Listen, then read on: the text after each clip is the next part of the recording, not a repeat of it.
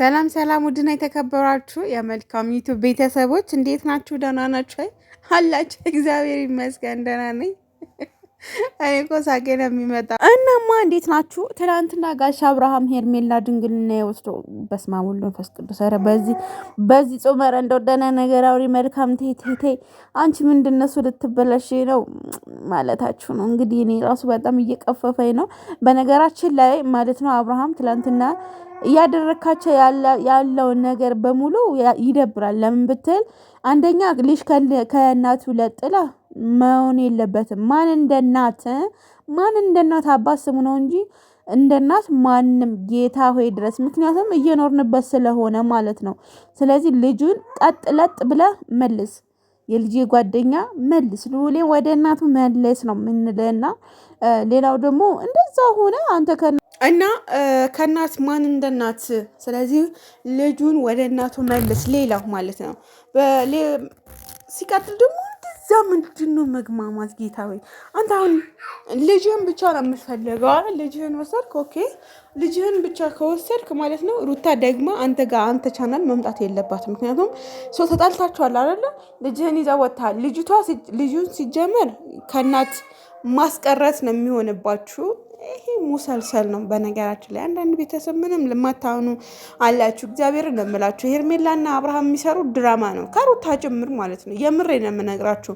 ድራማ መሆኑ ግን በድራማው ላይ ራሱ አስተያየት ስንሰጥበት ግን ደግሞ እናትና ልጅ መለያየት ጥሩ አይደለም። እንደ ድራማም ስናየው ራሱ ማለት ነው አይደል? ቤተሰቦች እንዴ ምን ማለት ነው? በጣም እኮ ነው የተግማሙብን ጌታ ማለት አንዳንዴ ሰው ምን ይለኛል ብላችሁ ማሰብ አለባችሁ።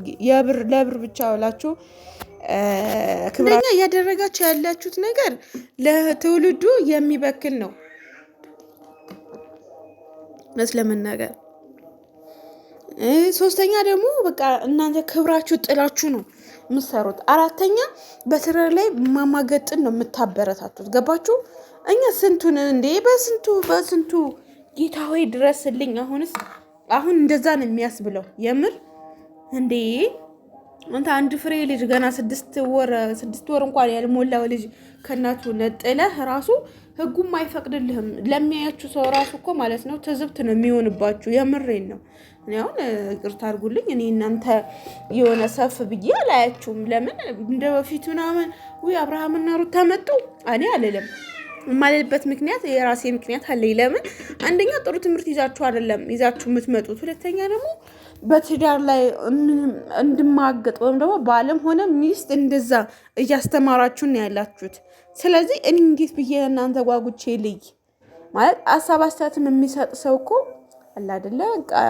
አሁን ልጅቷን ይዘህ ሄድክ አንተ አሁን ከዛ በቃ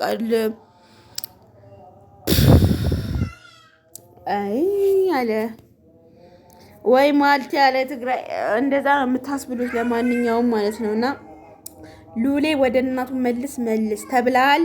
ትዕዛዝ ከበላይ ነው። ትመልሳለህ ሰምተሃል?